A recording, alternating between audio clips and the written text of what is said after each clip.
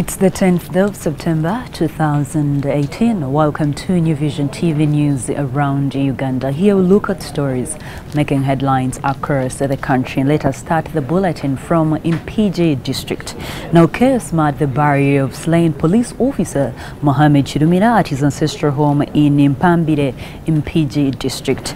Several government officials who had gone to attend his burial were chased and some stoned by angry mourners.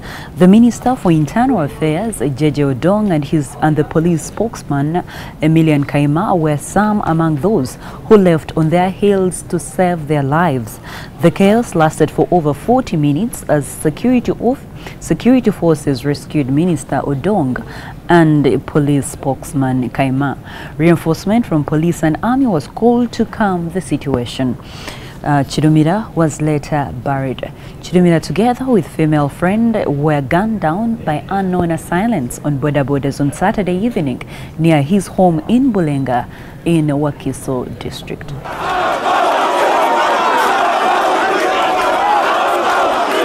Let's go to Arua municipality following the recently concluded by-elections in Arua municipality that ended with gunshots and later charging some members of parliament with treason.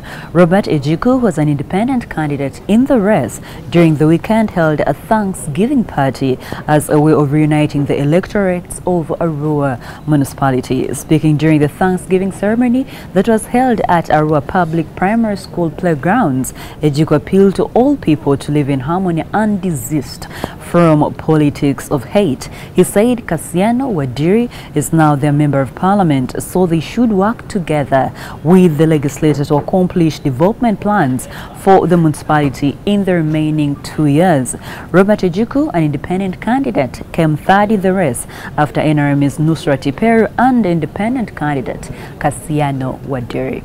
As we continue looking at more stories making headlines across the country, let us take a look at what is making headlines in today's copy of the New Vision. The headlining story today is Chidumira. That's the headlining story today, and we have subtitles. We see Museveni, we shall deploy 24,000 LDUs in Kampala, Wakiso, and then how senior police officer Chidumira met his death, and politicians speak out on state of security. We see officer told mother of his imminent death and his life and times in the police. The story is all these stories in detail inside the New Vision. The front picture, of course, is none other than now the late Mohammed Chidumira. He was born in 1983 and died on Saturday. That was 2018.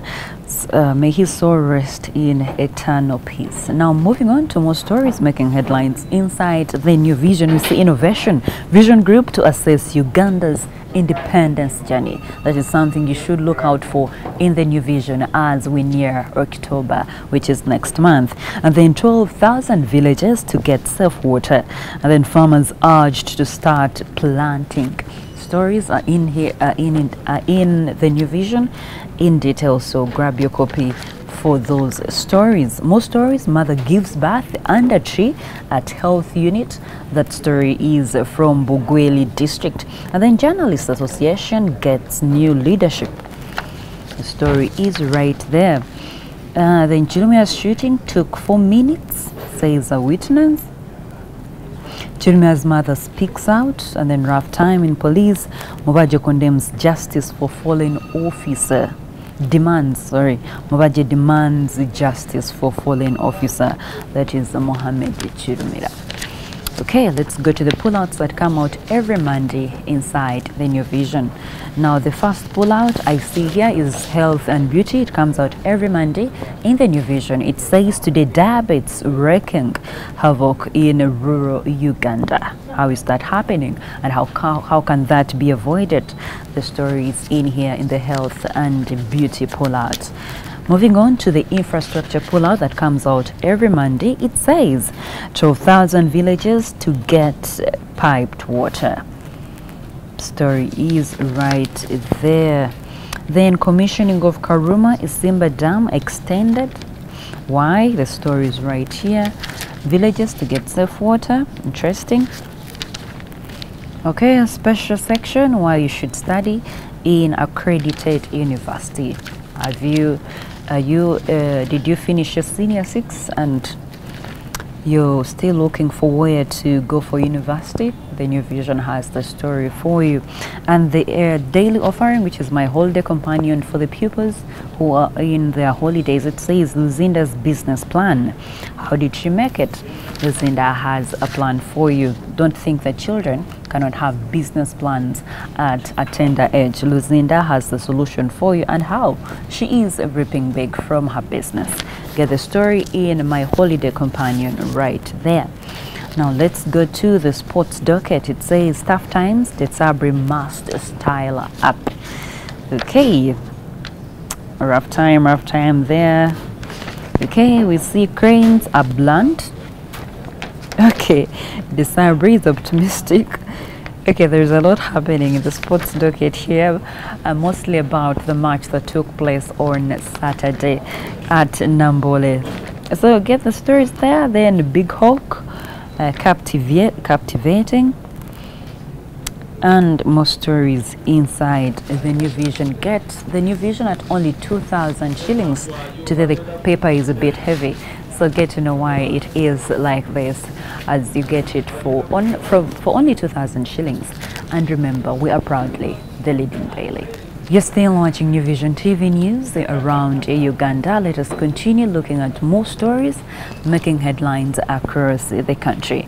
Now from Bugweri, Alisat Naigaga went into labor and had to leave Kalalu village to Busesa Health Center in Bugweri district to give birth. However, by the time she got to the health facility, the labor section was too congested to take her in. Barely 10 minutes after arrival, she could not hold back the baby any longer. Bystanders and hospital workers looked on as she gave birth under a movule tree that is adjacent to the surgical theater. Kevin Nabutanda, a midwife, shuttled between the labor room and the movule tree to ensure the mothers got the best of the care under the unusual circumstances. Sheikh Salim Muyamba, Negaga's husband, wondered how a health facility serving as a district hospital cannot handle 3 women in labor at the same time. Madina Nabidia, who lives near the health center, says it is the 4th baby to be born under the movule tree since January. Finally, from Adjumani district, refugees in Adjumani district have started growing crops to address food insecurity, malnutrition, and financial demands. The refugees in the camp of Bororo 2, Mugula, and Maji 2, through the partnership with a host community, formed farming groups to plant crops such as beans, simsim, groundnuts, and maize. Stella Knight, 28 years old, from Bulori settlement, said the intervention is a big milestone in her life. She said her diet had since improved and that she has also been able to earn an income from selling her produce. Knight said though the harvest was not good this year because of too much sunshine and stray animals destroying the crops, she has been able to harvest 6 bags of groundnuts. She also commended the hospitality of the host community for allowing them to utilize their land. Knight came to Uganda in September 2016 from Paga County in South Sudan, and she is currently growing crops under a Meduku group in Linya village, Pakele sub-county. The group of 15 is cultivating a 5-acre piece of land. And that's all I had for you from me, Rothina Suje, and the New Vision TV team. Remember, you can get more news updates and other programs on New Vision TV by visiting our website, which is www.newvision.co.ug. You can also subscribe to our YouTube channel, which is New Vision TV. See you next time. I am Rothina Suje.